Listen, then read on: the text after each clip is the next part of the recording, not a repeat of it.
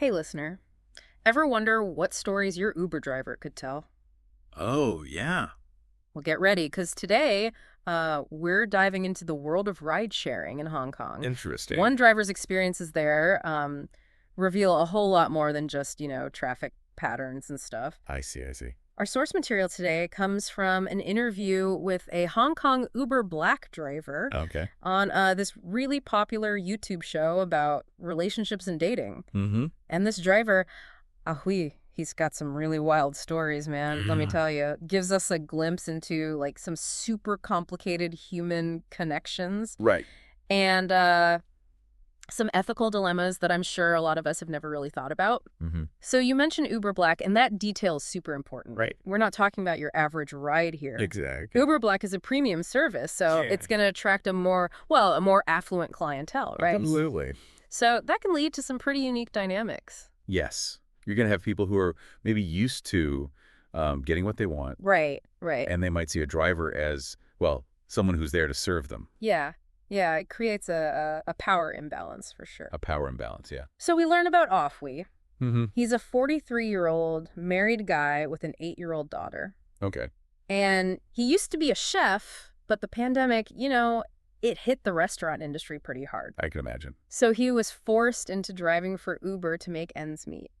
It's tough. Yeah, adds another layer to his story, wouldn't you say? Definitely. It adds a certain vulnerability, a sense of desperation, maybe, Desperation, yeah, that definitely. might make him more susceptible to, well, to certain temptations. Okay, so Ahui starts sharing these encounters that he's had with passengers. Right. And the first one that really stood out to me involved this have. It, it basically translates to a wealthy married woman. Ah, I see. And this woman, she's in her 30s. She uses a supposed car problem as an excuse to initiate contact with Ahui. Oh, interesting. So she's using this, like this fake problem to kind of break the ice. Exactly, yeah. And things escalate pretty quickly from there. I bet. Like in the interview, he doesn't go into all the details, but you can read between the lines. Right. You can sense that it got a little bit too personal. Way too personal. Hmm. That's a tricky situation. It is. It's, the subtle but super loaded situation. It really highlights those blurred lines that can exist, in service-based interactions. Absolutely, yeah. Yeah. On one hand, you've got this successful woman, she's clearly used to being in control. Hmm. And on the other, you've got Ahui, who's struggling financially, might be seen as more vulnerable. Exactly. And that vulnerability can, unfortunately, be exploited. Yeah. And Ahui himself says that he was, initially scared. Scared. He was aware of the risks involved, but he ended up giving in to the temptation.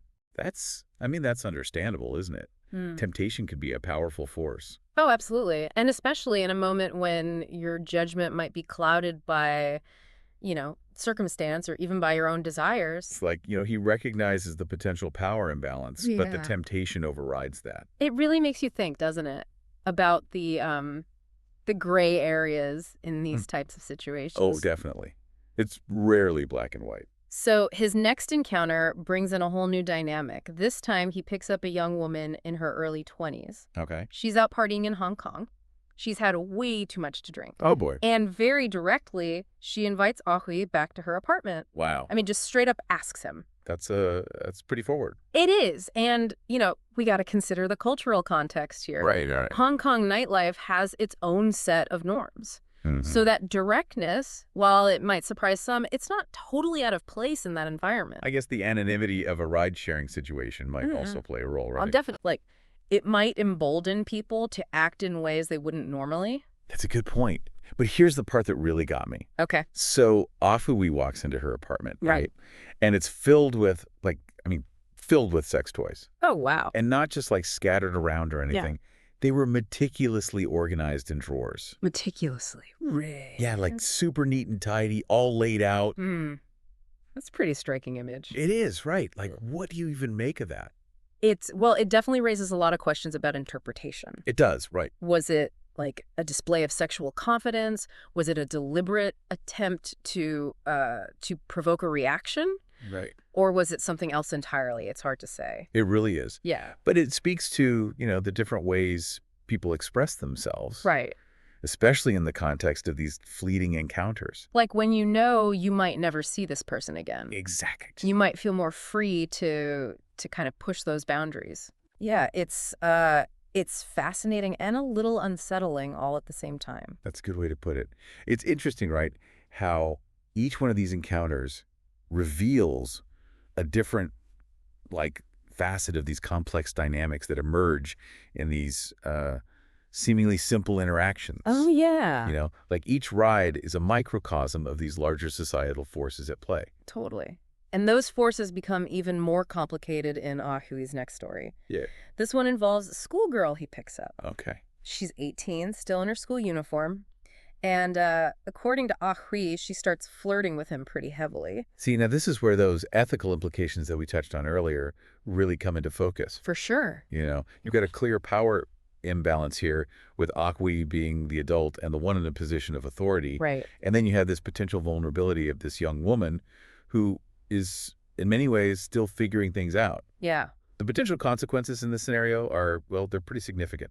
It's it's a bit of a gut punch moment in the interview. It raises so many red flags, you know? Mhm. And what's striking is that Hui, even though he seems to recognize her age and expresses some hesitation, he's still drawn into this situation. That internal conflict is really telling, though. It is. It highlights how our actions aren't always a reflection of our better judgment. Mm-hmm. Like, he's aware of the ethical implications, but those complexities of attraction mixed with the power dynamics at play can create this, like, really powerful force. Right. It's almost like he's caught in a web of his own making. Exactly. And then just when you think things couldn't get more intense, Hui drops this bombshell. The schoolgirl's mother unexpectedly comes home while he's there, and he has to hide in the wardrobe. Oh, wow.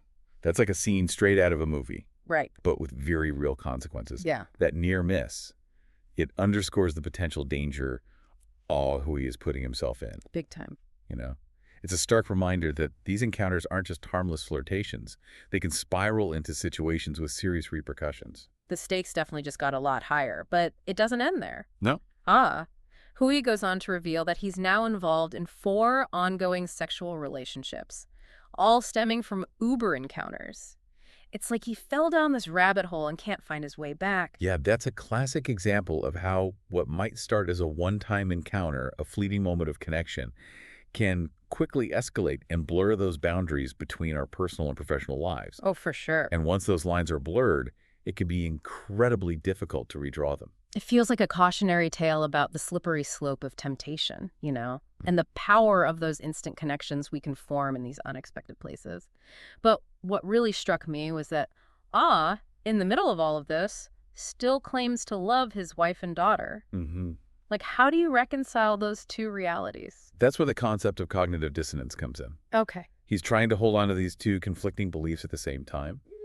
His love for his family and his engagement in these affairs. You know, it's this psychological balancing act that often leads to this internal conflict and, in some cases, justification of behaviors that might not align with one's core values. So there we are, totally engrossed in Afi's story, trying to make sense of it all, and bam, his wife calls. Oh, no.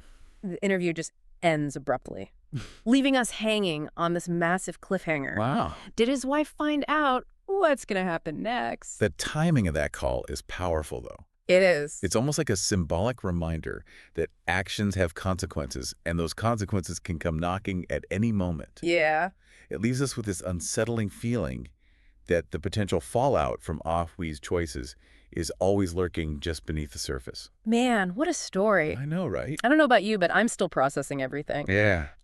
Hui's experiences really offer this unexpected window into the world of ride sharing.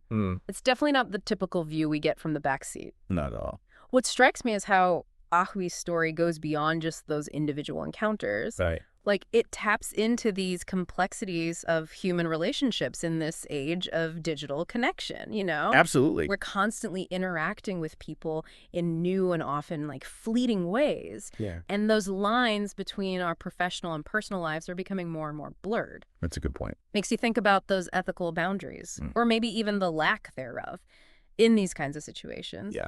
Where do you draw the line when you're in that driver's seat, so to speak, Right. and how much responsibility falls on each person involved, especially when you have those clear power imbalances like we saw in some of Ahui's encounters. It's a question that's become even more relevant as technology continues to shape how we connect with each other. Right. You know, Yeah. Hui's story doesn't offer any easy answers, No, but it definitely throws some fuel on that fire. it does. It challenges us to really examine our own values and beliefs about temptation, Mm. about infidelity, about the choices we make when we're faced with those tricky situations. It really does. So, listener, I'm curious to hear what you think about all of this. Hmm.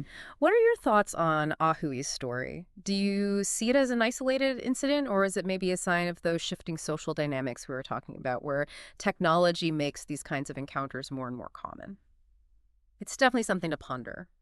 In a world where connection is just a tap away, where anonymity and instant gratification are so readily available, what happens when those boundaries we once relied on start to fade? Just some food for thought as you head out on your next ride. Thanks for joining us for this deep dive